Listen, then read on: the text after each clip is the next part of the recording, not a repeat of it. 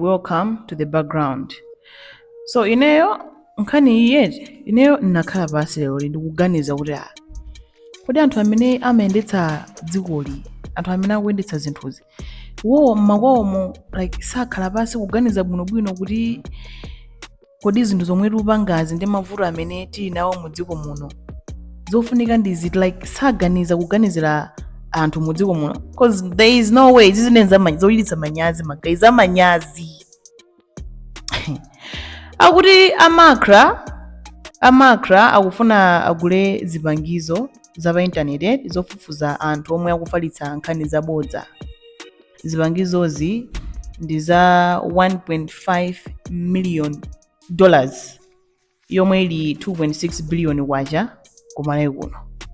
Nde tingopereka chitsanzo, let's say Bagiri Muluze alisadza kuti Bagiri Muluze ndi ndani, kapena mwina pali peji yake yoti munthu sadziwika kuti akupanga zinthu ndi ndani, ndiye munthu uja akupanga posti zinthu zoti ndi zabodza. Chimashini chija chikhozano kufufuza kuti munthu uja ali kuti chanchani, ndiye zimashini zimenezi ndi za $1.5 million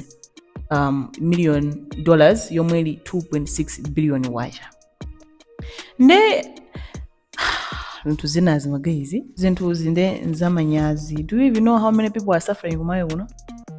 Anthu achilosowa chithandizo chokuchipatala anthu kumasafala, instead of kutenga 2.6 billion kupanga invest mu zinthu zodziwika bwinobwino kumayo kuno, you guys want to buy chimashini yofufuza anthu kuti I don't know kuti adzimangidwa kaya kuti chani, I don't know.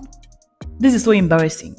Ndiyeno as I said, unazo kuti ari amakra akufuna agule nkhani yoti akufuna agule, koma no news zakunja zikunena zokuti ari amakra zipangizozo ari agula kale. Let me show you the video. Malawi Communications Regulatory Authority, MACRA, has bought a $1.5 million tool to monitor fake news, misinformation, and disinformation online. MACRA's purchase of the monitoring software has faced opposition in the Southern African nation of 21 million people. But the regulator says taxpayers were not directly charged for the purchase.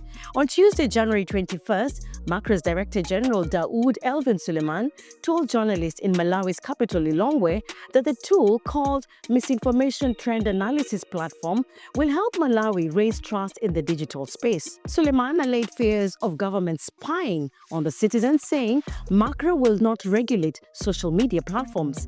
He added that the fake news monitoring tool will simply analyze trends to inform consumer protection programs within the authority. Facebook, X Network, and LinkedIn are some of the online platforms MACRA will monitor.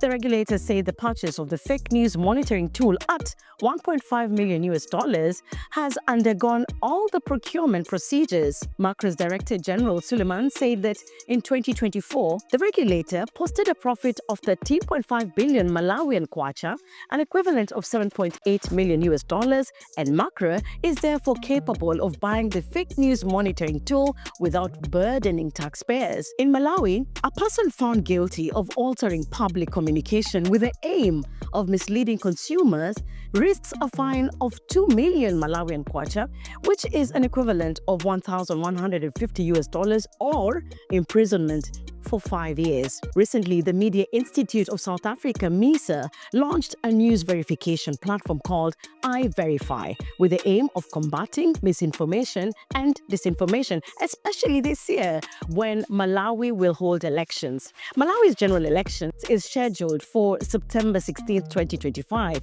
The president, members of parliament, and local government councillors will be elected that day. The incumbent president, Lazarus Chakwera, is expected to face off against his predecessor, Peter Mutharika. 69-year-old President Chakwera and 84-year-old former President Peter Mutharika are familiar political rivals who have competed previously. In 2014 elections, it was Mutharika who won, and in 2020, Chakwera triumphed, though after successfully challenging Mutharika's win in the 2019 presidential election. Both are seeking their second and final term as head of state, given a full presidential tenure in Malawi is capped at 2 5-year terms.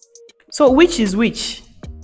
chifukwa kunyuzi kwinako kunjako akunena zoti Makra has bought a 1.5 million US dollar tool. bought imesa ndikuti chakulidwa kale chinthucho kumalawi kuno kwati Makra akufuna agule and I'm just confused kuti which is which, agula kale kapena akufuna agule. This is so sad. This is zochititsa manyazi. You see how people can be, you see how selfish rich people can be. Zoti kudzipatala malo pena amachita kusowa kuti patient uyagona kuti mabedi ndoti athaita, instead of why don't we just look at those kind of things kuti kodi kumalawi kunoku zinthu zomwe zofunika zikonzedwe ndi zitizo. 2.6 billion, that's a lot of money. So you guys want to buy a machine mwayola mavuto akuchitiko malawi kuno. I know it's not okay kuti munthu azikhala alilikiliki pa social media kufalitsa zinthu zaboza. That's not okay. Komano tiye ndiganizeni ngati anthu magayizi 2.6 billion waja kugula zipangizo mwayola mavuto aku Malawi kuno. You forget how people are suffering in Malawi. Hey, zamanyazi, like this is not okay. I don't know kuti magula kale zipangizo kasimona gule komano news ya kuti magula kale nde zizinzopesa chisoni ndithu, like zachisoni kwambiri, and I just don't know what to say.